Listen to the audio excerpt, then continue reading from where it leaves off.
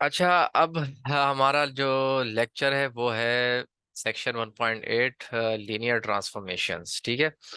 अब देखिए, linear transformations को समझने के लिए थोड़ी सी इसकी ज्योमेट्रिकल इंटरप्रिटेशन जो है वो ज़रूरी है। अब फॉर एग्जांपल ये हमारे पास एक्स और वाई एक्सिस है, ठीक है, और ये हमारे पास एक वेक्टर है इसके अंदर।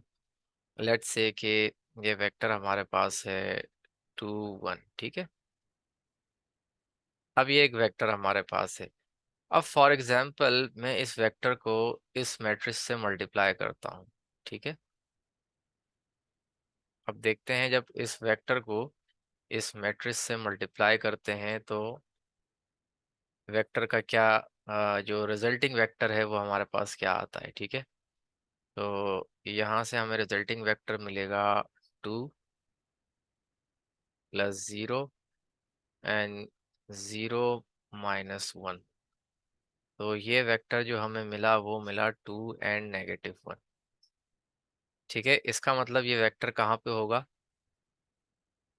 नेगेटिव वाई एक्सिस के अंदर होगा, ठीक है। इस तरह से होगा। तो ये वेक्टर हमारे पास 2 and 1 था, ठीक है। तो ये वेक्टर हमारे पास आया 2 and -1। ये पॉइंट 2 है, ये -1 है और ये 1 है। तो देखें, ये जो वेक्टर है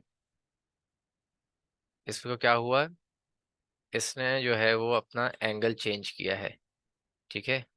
यहाँ पे जो एंगल था एक्स एक्सिस के साथ, यहाँ पे भी एंगल वही सेम रहेगा, ठीक है। अगर यहाँ पे एंगल थीटा था तो यहाँ पे भी एंगल थीटा है, लेकिन एक्सिस चेंज कर गया। तो इसका मतलब ये है कि जब मैंने इस मैट्रिक्स को इससे मल्टीप्लाई किया इस वेक्टर से v से, तो मुझे रिजल्टिंग वेक्टर जो मिला mv1 = v2, उसका सिर्फ क्या हुआ, उसने अपनी पोजीशन चेंज की, ठीक है। बाकी लेंथ जो है वेक्टर की सेम रहेगी।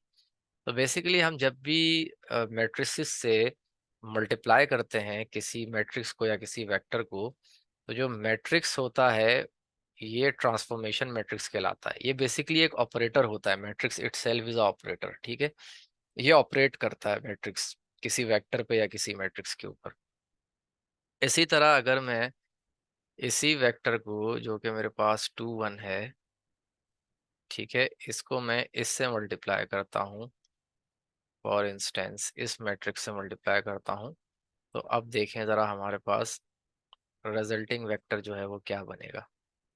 यहाँ पे 2, यहाँ पे 1 है, तो रिजल्टिंग वेक्टर बनेगा -2 and 1। इट मीन्स दैट कि ये एक्स एक्सिस है पॉजिटिव, ये वाई एक्सिस है, तो ये नेगेटिव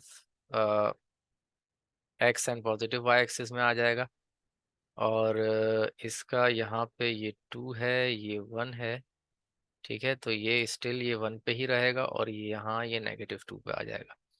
तो देखें इसने क्या किया, ये वाई एक्सिस के अराउंड जो है वो यूं समझे कि वाई एक्सिस के अराउंड जो है वो रोटेट हो गया है, ठीक है। तो इस तरह से हम इन चीज़ों को जो है वो देख सकते हैं, ट्रांसफॉर्मेशंस को। तो ऐसे मैट्रिसेस को जो है वो मैट्रिक्स ऑफ ट्रांसफॉर्मेशन कहा जाता है, ठीक है। मैट्रिसेस बेसिकली ऑपरेटर्स होते हैं। तो अब देखें ज़रा कि another way to view A X equals to B. अब ये एक मैट्रिक्स से, ये एक वेक्टर से मल्टीप्लाई हो रहा है, ठीक है। तो हमारे पास रिजल्टिंग वेक्टर क्या मिल रहा है, -8 -12 -4। अब देखें ये जो वेक्टर है ये R2 में है, ठीक है, क्योंकि ये 2 डायमेंशनल वेक्टर को रिप्रेजेंट करता है, 2 3। और ये जो मैट्रिक्स जब इस पे ट्रांसफॉर्मेशन अप्लाई हो रहा है, ये मैट्रिक्स ऑफ ट्रांसफॉर्मेशन जब इस वेक्टर पे अप्लाई हो रहा है, यानी इसको ऑपरेट कर रहा है, तो हमें यहाँ से रिजल्टेंट वेक्टर जो मिल रहा है वो मिल रहा है R3 के अंदर। तो इसको हम कहते हैं matrix transformation from R2 to R3, ठीक है। यानी कि 2 डायमेंशन से 3 डायमेंशन के अंदर ट्रांसफॉर्म कर दिया। अच्छा, इसी तरह से यहाँ पे देखें, अगर suppose A is an m/n matrix solving Ax equals to B amounts to finding all uh, dash in R N, ठीक है। एक्स इक्वल्स टू बी, अगर एक्स इक्वल्स टू बी को हम सॉल्व करते हैं तो finding all vectors in R N, ठीक है, which are transformed into vector B in R M, ठीक है, थ्रू मल्टीप्लिकेशन बाय ए। देखें हो क्या रहा है कि जब ये मैट्रिक्स ए इस एक्स के ऊपर अप्लाई हो रहा है, इस वेक्टर के ऊपर, तो ये ट्रांसफॉर्म करके हमें एक और वेक्टर दे रहा है जो कि वेक्टर बी है, ठीक है। तो अब ये डिपेंड करेगा ट्रांसफॉर्मेशन मैट्रिक्स के ऊपर कि मतलब ये ट्रांसफॉर्मेशन किस तरह की अप्लाई हो रही है, ठीक है। तो हम ट्रांसफॉर्मेशन के थ्रू R2 से R3 में भी जा सकते हैं, सिमिलरली हम R3 से R2 में भी जा सकते हैं, ठीक है। ये हम कुछ एग्जांपल्स भी इसकी देखेंगे। अब ज़रा यहाँ बुक से हम इस चीज़ को समझते हैं। अब linear transformation R M to R N, ठीक है, ये जर्नल वे है इसको लिखने का। T T implies transformation and we are going from some Euclidean space m to Euclidean space n, ठीक है। सो t is a function that takes vectors in rm as input and produces vectors in rn। तो इसकी वही meaning है कि जो एक matrix A है जब ये ऑपरेट करता है एक वेक्टर x को तो अनदर वेक्टर हमें मिल जाता है, ठीक है। तो फॉर इंस्टेंस अगर ये वेक्टर आर एम में था तो ये वेक्टर जो है वो आर एन में होगा। अब ये डायमेंशन सेम भी हो सकती है, डायमेंशंस डिफरेंट भी हो सकती है। जैसे प्रीवियस एग्जांपल्स में हमने देखा कि यहाँ R2 से हम R3 में जा रहे थे, ठीक है। अब देखें इसकी डेफिनेशन देखते हैं ट्रांसफॉर्मेशन की। A function T such that R M to R N is a linear transformation, यानी लीनियर ट्रांसफॉर्मेशन कहलाएगी for all vectors in R M and all scalars r we have T of u plus v equals to T of u plus T of v। इसको हम कहते हैं it's a map that is preserved under vector addition, इसको कहते हैं vector addition. And then इसको हम कहते हैं स्केलर मल्टीप्लिकेशन, ठीक है। यानी कि इस तरह से हम अगर इसको लिख सकें इसका मतलब ये है कि वो लीनियर ट्रांसफॉर्मेशन कहलाएगी, ठीक है। तो हम एग्जांपल्स देखेंगे लीनियर ट्रांसफॉर्मेशन की और नॉन लीनियर ट्रांसफॉर्मेशन दोनों की, ताकि ये डेफिनेशन जो है ये क्लियर हो कि इसकी क्या मीनिंग है, ठीक है। तो अब यहाँ पे कुछ इसकी एप्लीकेशंस भी हैं, डिस्कस्ड हैं। अच्छा देखें ये एक एग्जांपल है, फॉर एग्जांपल ये एक मैट्रिक्स ए है, ये एक वेक्टर यू है और ये वी है, ठीक है। और ये एक वेक्टर डब्ल्यू दिया हुआ है। Suppose that R T is such that R3 से R2 में जा रहा है, ठीक है। तो T of x equals to A x है, where A is the matrix of transformation, इसको हम कहते हैं मैट्रिक्स ऑफ ट्रांसफॉर्मेशन, ठीक है। या ऑपरेटर मैट्रिक्स भी कहते हैं जो कि ऑपरेट करता है इस ट्रांसफॉर्मेशन, ठीक है। तो T u and T v, अच्छा, compute T u and T v and determine of if डब्ल्यू is in the range of T, ठीक है। अब सबसे पहले हमने क्या फाइंड करना है, हमने टी यू फाइंड करना है, देन हमने टी वी फाइंड करना है। इसका मतलब ये है कि हमें जो गिवन मैट्रिक्स ए है, अब हमने क्या लिखा है, T of U equals to A U हो जाएगा, ठीक है। यानी इस ए को इस यू पे ऑपरेट करवाएंगे। तो ए हमारे पास है 1 3 -2 0 4 -5 और वेक्टर यू हमारे पास है 1 2 1। अब इसको इससे मल्टीप्लाई करेंगे तो हमारे पास क्या आएगा, 1 -4 + 4 एंड यहाँ पे आएगा 3 + 0 -5, ठीक है। तो यहाँ से हमें क्या मिलेगा, 1 एंड -2। तो देखें ये हमारे पास जो वेक्टर था 1 2 1 ये R3 में था, ठीक है, ये 3 डायमेंशनल वेक्टर था। और जब इस पे ट्रांसफॉर्मेशन अप्लाई की हमने, मैट्रिक्स ए से मल्टीप्लाई किया तो हमें R2 में वेक्टर मिला। तो ये जो ट्रांसफॉर्मेशन है ये है R3 से R2, जो कि क्वेश्चन के अंदर मेंशन भी है, ठीक है। इसी तरह से हम V के लिए भी फाइंड कर सकते हैं, ठीक है। सिमिलरली जब V पे ऑपरेट करवाएंगे तो 0 0 हमें मिल जाएगा। अब हमने क्या चेक करना है, determine if W is in the range of T। अब हमने ये देखना है कि क्या W जो है वो T की रेंज में है या नहीं है। तो इसके लिए क्या ज़रूरी है, कि इसकी रेंज में होने के लिए ये जो सिस्टम है, यानी जो मैट्रिक्स हमें गिवन है, ये मैट्रिक्स 0 - 5, ये W की इन वैल्यूज़ के लिए जो है वो ये सिस्टम कंसिस्टेंट हो जाए, ठीक है। और सिस्टम की कंसिस्टेंसी का हमें पता है, हम रॉ इक्लोन फॉर्म से फाइंड कर सकते हैं। यहाँ पे ऑपरेशन लगाते हैं, R2 = R2 - 3R1, तो ये हो जाएगा 1, ये 0, ये -2 एंड ये 6, ठीक है। यस, और इसी तरह ये 4 एंड ये -5, -12, तो ये हो जाएगा -17, और ये 3 रहेगा, और ये 4 - 9, ये हो जाएगा आपके पास -5, ठीक है। अब देखें, ये कॉलम भी पिविट है, ये कॉलम भी आपके पास पिविट है, ठीक है। और सिस्टम भी कंसिस्टेंट है, जाहिर सी बात है। लास्ट रो, दोनों रॉज इंडिकेट कर रही हैं सिस्टम की कंसिस्टेंसी को, कहीं भी इनकंसिस्टेंसी नहीं आ रही। इसका मतलब ये है कि अगर सिस्टम कंसिस्टेंट है, इस वेक्टर के लिए ये सिस्टम अगर कंसिस्टेंट है, इट मीन्स दैट कि ये वेक्टर इस मैट्रिक्स ए के कॉलम स्पेस के अंदर है, ठीक है। तो इसका मतलब ये होगा कि ए डब्ल्यू जो है is in the range of T, ठीक है। डब्ल्यू जो है वो टी की रेंज में होगा।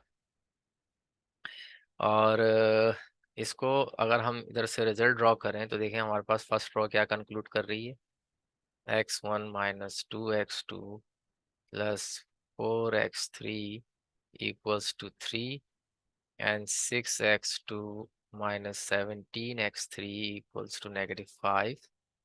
तो यहाँ से हमें मिल जाएगा x2 = -5 + 17x3 / 6, ठीक है। ये हमें x2 की वैल्यू मिल गई यहाँ से। और x3 जो है फ्री वेरिएबल होगा, क्योंकि हमें पता है कि थर्ड कॉलम जो है ये नॉन पिवट है, तो x3 को हम s अज्यूम कर सकते हैं, ठीक है। सिमिलरली, हाँ, यहाँ से इस इक्वेशन से अब हम x1 निकालेंगे, तो x1 हमारे पास आएगा 3 + 2x2। तो x2 की जगह हम ये वैल्यू प्लग कर सकते हैं, -5/6 + 17/6, 17/6 x3 एंड देन -4x3, ठीक है। इसको हम सॉल्व करेंगे तो हमें x1 क्या मिलेगा, x1 हमें मिलेगा 4/3 प्लस, सॉरी, हाँ, यस, 5/3x3, ठीक है। तो अब देखें x1 x2 x3, अब इसको हम कैसे लिखेंगे, x1 x2 x3। अब ये हमारे पास नल स्पेस के बेसिस आएंगे, तो x1 किसके इक्वल है, 4/3 प्लस 5/3x3, उसकी जगह हम s लिख सकते हैं। x2 इक्वल है -5/6 प्लस 17/6s। सिमिलरली यहाँ पे हम लिख सकते हैं सिंपल s, ठीक है। अगर इसको हम फर्दर सिंप्लीफाई करें तो हमारे पास दो वेक्टर्स आ जाएंगे जो कि हमारे पास बेसिस ऑफ नल स्पेस कहलाएंगे, ठीक है। बेसिस ऑफ नल स्पेस, तो यहाँ से x1 x2 x3 equals to 4/3 -5/6 0, ठीक है, प्लस s टाइम्स 5/3 17/6 एंड 1। तो ये दो वेक्टर्स हमें मिले, ये क्या कहलाएंगे, बेसिस ऑफ नल स्पेस कहलाएंगे, या बेसिस ऑफ सॉल्यूशन स्पेस, ठीक है। तो इसका मतलब ये है कि W जो है, अब देखिए क्या है, thus W is the image of many different vectors and hence it is in the range of T। इसका मतलब क्या है कि W is the image of many different vectors। देखें अब यहाँ से हमारे पास इन्फिनिट मैनी सॉल्यूशंस आ सकते हैं, ठीक है, क्योंकि जैसे जैसे हम S को चेंज करते जाएंगे तो इन्फिनिट मैनी सॉल्यूशंस आएंगे। तो इसका मतलब है कि W जो है वो डिफरेंट वेक्टर्स का इमेज। अगर हमारे पास यूनिक सॉल्यूशन आता तो W क्या होता, image of a single vector होता, लेकिन स्टिल जाहिर सी बात है वो हमारे पास रेंज में होता है टी की, क्योंकि रेंज में होने के लिए सिस्टम का कंसिस्टेंट होना ज़रूरी है, ठीक है। डब्ल्यू जो वेक्टर गिवन है उस वेक्टर के लिए इस सिस्टम ए का कंसिस्टेंट होना ज़रूरी है, विच मीन्स दैट इस वेक्टर को, जो वेक्टर डब्ल्यू है, इन वेक्टर्स के कॉलम स्पेस में होना ज़रूरी है। तो फिर क्या होगा, हम कहेंगे कि ये डब्ल्यू वेक्टर जो है इस ट्रांसफॉर्मेशन मैट्रिक्स की रेंज में है, ठीक है। अच्छा, अब यहाँ पे थ्योरम है। थ्योरम क्या है कि अगर हमारे पास A equals to this this this, ये वेक्टर्स हैं B n by n m matrix, ठीक है। अभी एक हमारे पास एन बाई एम मैट्रिक्स है और इसमें डिफरेंट हमारे पास वेक्टर्स हैं, ठीक है। A one A two A M, A one A two A M, and T be a transformation from Rm to Rn, ठीक है, with t of x equals to ax be linear transformation, then the vector w is in the range of t if and only if ax equals to w is a consistent linear system, ठीक है। जो condition अभी हमने discuss की, तो हमने ax equals to w कह के क्या किया, इसको ऑगमेंटेड मैट्रिक्स बनाया था और इसको सॉल्व करके देखा कि क्या सिस्टम कंसिस्टेंट है या नहीं है। अगर सिस्टम कंसिस्टेंट है इसका मतलब ये है कि जो W होगा वो इसकी एक ही रेंज में होगा। और कंडीशन है if and only if. If and only if का मतलब ये है कि अगर सिस्टम कंसिस्टेंट है तो W इसकी रेंज में होगा, और W इसकी रेंज में है अगर, तो फिर सिस्टम कंसिस्टेंट होगा, वाइस वर्सा, क्योंकि इफ एंड ओनली इफ की कंडीशन है, ठीक है। और दूसरी कंडीशन है range T equals to span of the vectors.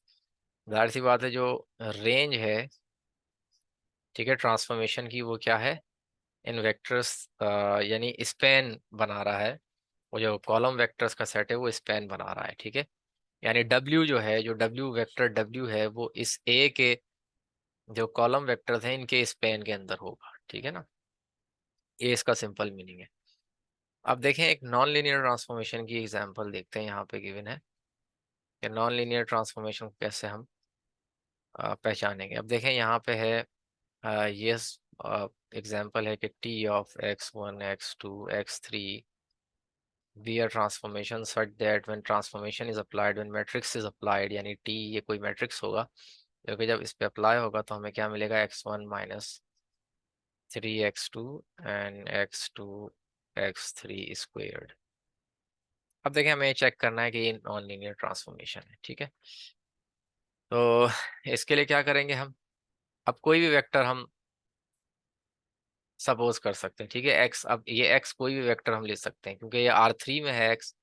तो लेट्स से हम x ले लेते हैं -1 2 एंड 3, ठीक है, कोई भी वेक्टर हम यहाँ से पिक करें। तो अब जो ट्रांसफॉर्मेशन अप्लाई होगी -1 2 3 पे, ठीक है, ये किसके इक्वल होनी चाहिए। अच्छा, दो दो कंडीशन हमने पढ़ी थी। पहली कंडीशन क्या थी, पहली कंडीशन हमारे पास थी कि T of U plus V जो है वो इक्वल होना चाहिए T of U plus T of V, और दूसरी कंडीशन थी T of R U equal होना चाहिए आर टी ऑफ यू, ठीक है। तो अगर इन दोनों में से कोई एक कंडीशन भी सेटिस्फाई नहीं होती तो हम कहेंगे वो नॉन लीनियर ट्रांसफॉर्मेशन है, ठीक है। तो अब देखें इस पे हम अगर दूसरी कंडीशन अप्लाई करते हैं तो हमें नज़र आ जाएगा कि नॉन लीनियर ट्रांसफॉर्मेशन, यानी टी आर यू जो है वो आर टी यू के इक्वल करके हम चेक करेंगे। तो पहले टी ऑफ आर यू निकालते हैं। सबसे पहले तो हम इस x1 x2 x3 को वेक्टर सपोज कर लेते हैं, फॉर एग्जांपल -1 2 3, और r ले लेते हैं, लेट सपोज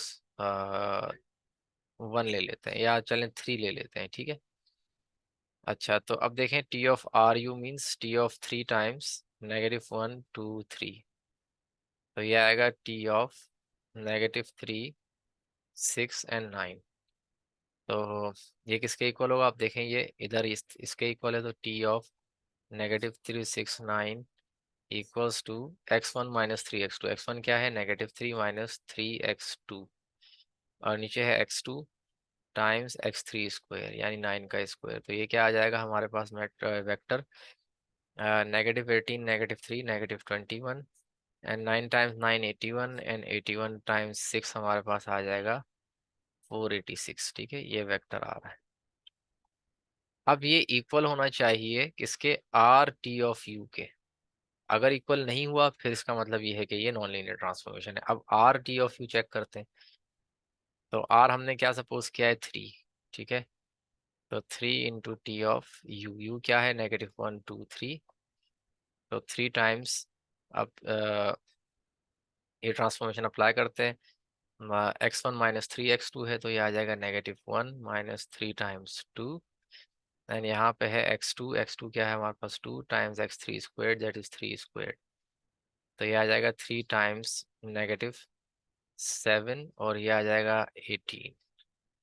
तो देखें क्या आएगा, -21, और 18 टाइम्स 3 क्या हो जाएगा हमारे पास 54। तो यहाँ से हम देख सकते हैं कि ये जो मैट्रिक्स है ये इस मैट्रिक्स के इक्वल नहीं है। तो दिस इज नॉट इक्वल। इसकी मीनिंग क्या हुई कि नॉट अ लीनियर ट्रांसफॉर्मेशन,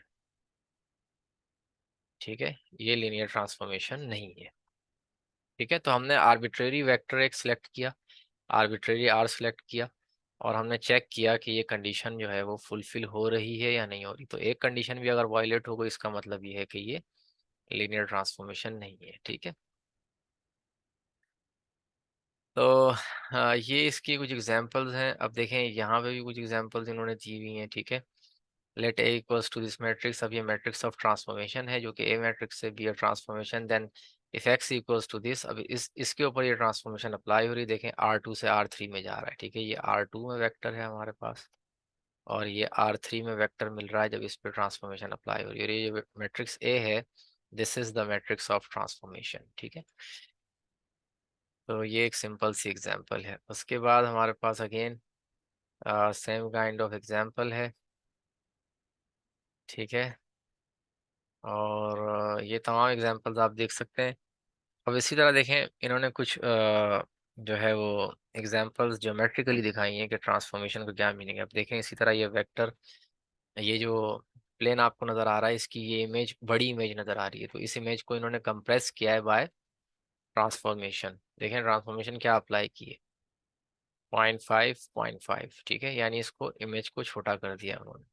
पहले 12 पे था, तो ये 6 पे आ गया, हाफ हो गया। ठीक है, तो इस तरह से ज्योमेट्रीज के ऊपर हम, इमेजेस के ऊपर जो है इमेजेस को कंप्रेस करना या उनको स्ट्रेच करना, उसके लिए हम ये ट्रांसफॉर्मेशन अप्लाई कर सकते हैं। यहाँ पे भी कुछ एग्जांपल्स हमारे पास हैं। ज्योमेट्रिकली हम इसको देख सकते हैं, और मैं आपको कुछ इमेजेस यहाँ पे दिखाता हूँ। अब फॉर इंस्टेंस ये देखें आप। ठीक है, अब ये देखें, ये इमेज जो है वो ट्रांसफॉर्म हो रही है। ठीक है, ये एक इमेज है। ठीक है, इसको एक मैट्रिक्स से मल्टीप्लाई किया। ठीक है, तो हमारे पास देखें क्या हो गया, ये इमेज इन्वर्स हो गई। इसी तरह से ये इमेज टिल्ट हो गई, ये जो है वो एंगल्स के ऊपर मूव हो रहा है। ठीक है, तो इस तरह से हम इसको देख सकते हैं। तो इस तरह से जो है हम इसको ज्योमेट्रिकली देख सकते हैं। तो कुछ और एग्जांपल्स भी हैं, आप बुक्स में देख सकते हैं। ये एग्जांपल हमने देख ली। अब इसके बाद यहाँ पे एक एग्जांपल है, लेट ए बी ए, ये मैट्रिक्स दिया हुआ है आपको एक्स है एंड ये वाई है। आर गिवन है, एस गिवन है, verify that 2 holds for T of x equals to A X in this case. इसका मतलब है कि थ्योरम वेरीफाई करना है हमने। ठीक है, यानी T of U plus V जो है वो इक्वल होना चाहिए T of U plus T of V के। और similarly T of R U plus R V जो है ये इक्वल होना चाहिए R T of U plus R T of V के। ठीक है, ये भाई स्केलर मल्टीप्लिकेशन वाली कंडीशन है कि टी ऑफ आर यू जो है इक्वल है आर टी ऑफ यू के। ठीक है, वही कंडीशन है, लेकिन यहाँ पे दो वेक्टर्स हैं। ठीक है, तो अब सिंस यहाँ पे R X plus S Y, ये किसके इक्वल होगा, आर गिवन है 2, तो 2 टाइम्स एक्स क्या है -1 -3, प्लस एस क्या है -1 टाइम्स y जो है हमें गिवन है 2 and 5। ठीक है, तो ये क्या आ जाएगा -2 -6 प्लस -2 and -5। तो ये हमारे पास आ जाएगा -4 एंड -11। ठीक है, तो T of R X plus S Y हमारे पास क्या आया। अब इस पे ट्रांसफॉर्मेशन अप्लाई करनी है। ठीक है, ये तो X R X plus S Y है। अब इस पे जब ट्रांसफॉर्मेशन अप्लाई करेंगे तो ये मैट्रिक्स अप्लाई होगा इस पे। 4 -2 0 -1 2 3, ये मैट्रिक्स इस पे अप्लाई होगा वेक्टर पे -4 -11 पे। तो रिजल्टेंट वेक्टर जो आएगा हमारे पास वो आएगा, ये वेक्टर आ जाएगा। ठीक है, सिमिलरली अब हमने क्या देखना है, अब हमने T R T of X plus S T of Y देखना है। यानी पहले हमने ट्रांसफॉर्मेशन अप्लाई करनी है इन वेक्टर्स पे, फिर स्केलर से मल्टीप्लाई कराना है। ठीक है, और फिर देखना है क्या यही रिजल्ट आ रहा है या नहीं आ रहा। तो अब देखें, पहले ट्रांसफॉर्मेशन अप्लाई करेंगे, यानी ए एक्स फाइंड करेंगे। तो ए एक्स हमारे पास क्या आएगा, इस ए को इस वेक्टर एक्स से मल्टीप्लाई करेंगे। तो ये है 4 -2 0 -1 2 3, इसको -1 -3 से मल्टीप्लाई करेंगे तो ये आएगा -4 + 3 और 2 -6 0 -9। ठीक है, ये आएगा -1 -4 -9। ठीक है, ये टी ऑफ एक्स आ गया हमारे पास, और R times T of X क्या हो जाएगा, -2 -8 -18। ठीक है, क्योंकि आर हमारे पास है 2, तो 2 से मल्टीप्लाई किया हमने इसको। ठीक है, 2 से मल्टीप्लाई किया हमने ट्रांसफॉर्मेशन मैट्रिक्स को। सिमिलरली अब ए वाई निकालेंगे तो ये होगा 4 -2 0 -1 2 3, और y है 2 5, तो ये आएगा 8 -5, ये आएगा -4 + 10, और ये आएगा 15। तो ये वेक्टर हमें मिलेगा 3 6 एंड 15। ठीक है, ये आ गया टी ऑफ वाई। अब इसको s से मल्टीप्लाई करेंगे तो -1 टाइम्स 3 6 15, ये आएगा 3 -6 और 15। अब इस वेक्टर और इस वेक्टर को हम क्या करेंगे, ऐड करेंगे। ठीक है, आई थिंक कोई मिस्टेक इसमें हुई है। 3 6 15, ये तो ठीक आया हमारे पास। आ, यहाँ पे 3 आया है। अच्छा, सही है। मैं एक दफ़ा चेक कर लेता हूँ इसको। अब ये टी ऑफ वाई हमारे पास ये आया है। ठीक है, टी ऑफ एक्स क्या आया था, ये आया था। तो हमारे पास अब क्या हमने चेक करना है, R times T of X plus S times T of Y. तो यानी 2 टाइम्स टी ऑफ एक्स क्या है, -2 -8 -18, सॉरी -1 -4 एंड -9, और ये -1 टाइम्स 3 6 एंड 15। तो इनको हम ऐड करेंगे तो हमारे पास आएगा -5 -14 -33, जो कि सेम रिजल्ट आ रहा है जो यहाँ पे आ रहा था। इसका मतलब ये है कि ये कंडीशन सेटिस्फाई हो गई, which means that this is a linear transformation. ठीक है, उसके बाद हमारे पास ट्रांसफॉर्मेशन की टाइप्स हैं, 1 to 1, ऑन टू, और इस तरह की जैसे फंक्शंस की टाइप्स होती हैं, onto 1 to 1 and 1 to 1 onto. ठीक है, तो इस तरह ट्रांसफॉर्मेशंस भी होती हैं। अब देखें, यहाँ पे कुछ थ्योरम्स हैं हमारे पास। If T the transformation from Rm to Rn be a linear transformation, then T is 1 to 1 if for every vector W in Rn there exists at most one vector U in Rm such that T of U equals to W। ठीक है, इस ये हम problem से भी समझेंगे ये क्या मतलब इनकी मीनिंग है। ठीक है, स्टेटमेंट्स की। And T is on to if for every vector W in Rn there exists at least one vector U in Rm such that T of U equals to W। ठीक है, तो ये 1 to 1 और on to की conditions है। यहाँ पे क्या है, there exist at most one vector u in Rm such that tu equals to w। ठीक है, 1 to 1 के लिए एट मोस्ट की कंडीशन है, एट मोस्ट। ठीक है, यानी यूनिक सॉल्यूशन आप कह सकते हैं। और ऑन टू के लिए आपके पास क्या है, एट लीस्ट वन। ठीक है, एक से ज्यादा भी हो सकते हैं। यानी कि इन्फिनिट मैनी सॉल्यूशंस आप कह सकते हैं, ठीक है। तो अब देखें इनकी कुछ एग्जांपल्स देखते हैं हम। हम्म, अब ये देखें, let A B a given example, 3 का मैट्रिक्स है ये, ठीक है। ये दो वेक्टर्स थे एग्जांपल 3 में हमारे पास, ठीक है। ए एक्स इक्वल्स टू 0, और ये दो वेक्टर्स थे में, ये ऑगमेंटेड मैट्रिक्स बनाया है इन्होंने, ठीक है, क्योंकि ए एक्स इक्वल्स टू 0 है। तो अब देखें इसको सॉल्व किया है तो यहाँ पे क्या आ रहा है हमारे पास, इस सेट के लिए from the echelon form we can see that A X equals to 0 has only trivial solution, ठीक है। ओनली ट्रिवियल सॉल्यूशन क्यों है, क्योंकि ये x1 है, ये x2 है, तो पहली रो से हमें मिल रहा है 2x1 प्लस 2x2 इक्वल 0, दूसरी रो से मिल रहा है 3x2 इक्वल 0। तो x2 0 हो गया, इसका मतलब है कि x1 भी 0 होगा, क्योंकि x1 x2 की फॉर्म में लिखा जा सकता है। तो ओनली ट्रिवियल सॉल्यूशन मिल रहा है, तो इसका क्या मतलब हुआ, यानी यूनिक सॉल्यूशन, ठीक है। तो दस T of x has only trivial solution, hence T is 1 to 1। तो 1 to 1 की डेफिनेशन क्या थी, यही थी कि अगर आपके पास एटमोस्ट वन वेक्टर मिल जाए, ठीक है, यानी कि यूनिक सॉल्यूशन, यूनिक सॉल्यूशन। और in case of trivial homogeneous system, trivial solution जो है वो यूनिक सॉल्यूशन ही होता है, क्योंकि ओनली 0 0 सॉल्यूशन होता है, ठीक है। तो ये हमारे पास 1 to 1 है, ठीक है। अच्छा, एक और थ्योरम है जो कहता है T is 1 to 1 if and only if the columns of A R linearly independent, यानी कि जो वेक्टर्स आपको गिवन है अगर वो लीनियरली इंडिपेंडेंट हैं तो फिर हम कहेंगे कि ट्रांसफॉर्मेशन जो है वो 1 to 1 है, ठीक है। एक और आसान तरीका है इसको पहचानने का, and if n is less than m then t is not 1 to 1, यानी कि अगर m by n का मैट्रिक्स है हमारे पास, n क्रॉस m का मैट्रिक्स है, तो n रोज है, ठीक है, और m कॉलम है। तो रोज और कॉलम्स अगर नॉट इक्वल हैं, नॉट इक्वल नहीं सॉरी, अगर रोज जो है वो कॉलम्स से लेसर हैं, ठीक है, तो जाहिर सी बात है फिर हमारे पास क्या होगा, हर कॉलम में पिवट नहीं आ सकेगा, ठीक है ना।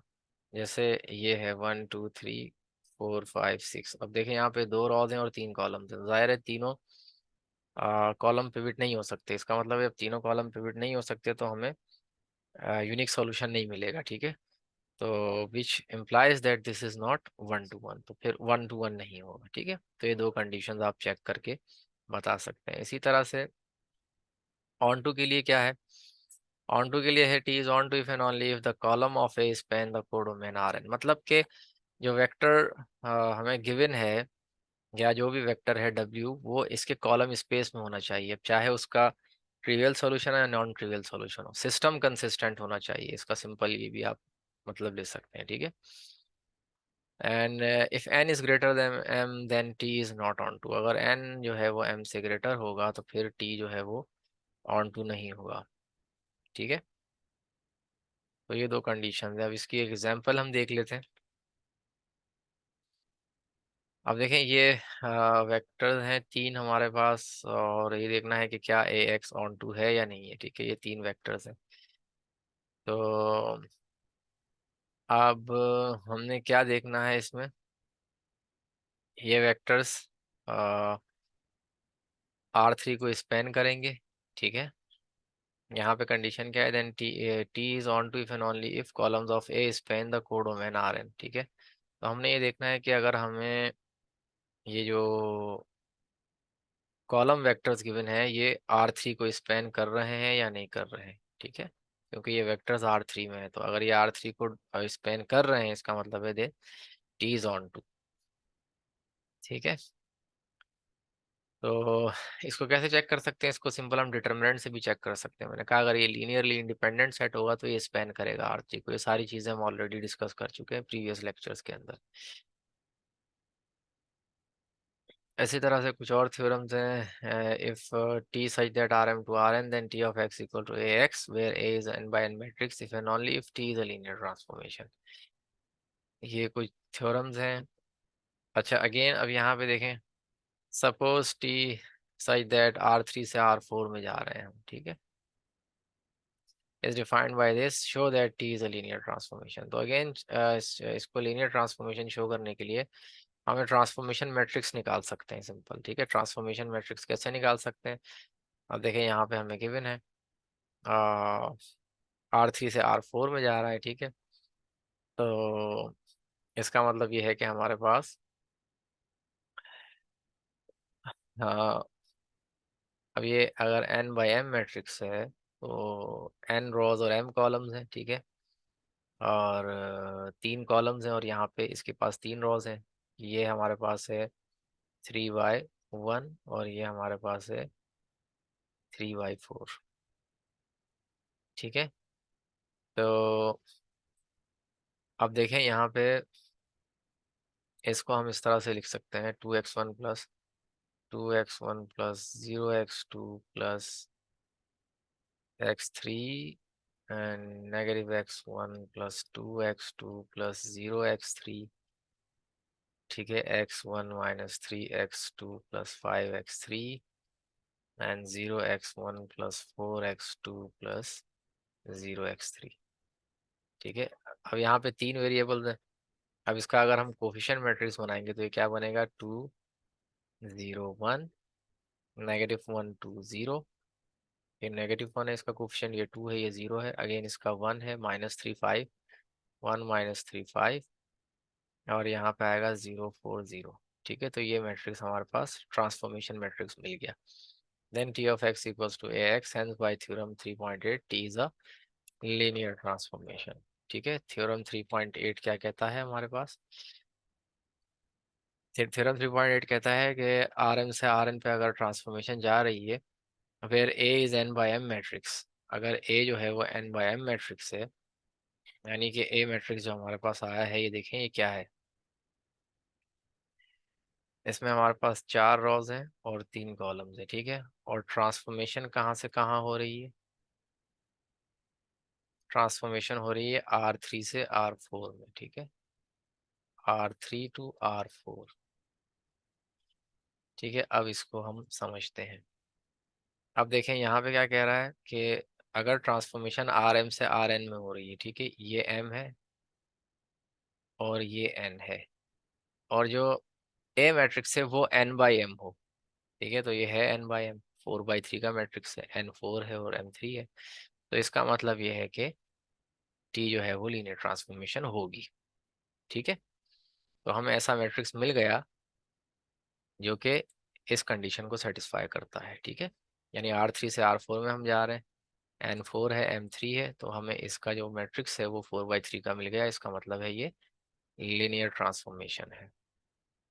इसी तरह से बिग थ्योरम वर्जन है, इसका क्या मतलब है, ये वही कंडीशंस हैं कि अगर कॉलम्स जो हैं वो लीनियरली इंडिपेंडेंट हैं ए के, तो वो आर एन को स्पेन करेंगे, ए लीनियरली इंडिपेंडेंट है, A X equals to B has unique solution, and ये भी कह सकते हैं A X equals to 0 has only trivial solution, T is onto, T is 1 to 1, ठीक है। तो ये लेक्चर जो है सेक्शन 1.8 हमारा यहाँ पे एंड हो गया। और इसमें यहाँ पे भी एक एग्जांपल है, इसको भी आप शो कर सकते हैं कि नॉन लीनियर ट्रांसफॉर्मेशन है, उसी तरीके से जैसे अभी हमने एक एग्जांपल की थी। एक आर्बिट्रेरी आप जो है वो आर चूज कर लें, ठीक है, और आर्बिट्रेरी एक वेक्टर चूज कर लें, ठीक है, और ट्रांसफॉर्मेशन अप्लाई कर दें। लेट्स से हम इस पे ले लेते हैं 1 -2 -1, ठीक है, और आर कुछ भी ले लें, 4 ले लें फॉर इंस्टेंस, या -4 ले लें, और ये कंडीशन चेक कर लें कि टी ऑफ आर यू जो है वो आर टी ऑफ यू आता है या नहीं आता, और ये कंडीशन भी आप चेक कर लें कि ये इसके इक्वल है या नहीं है, ठीक है।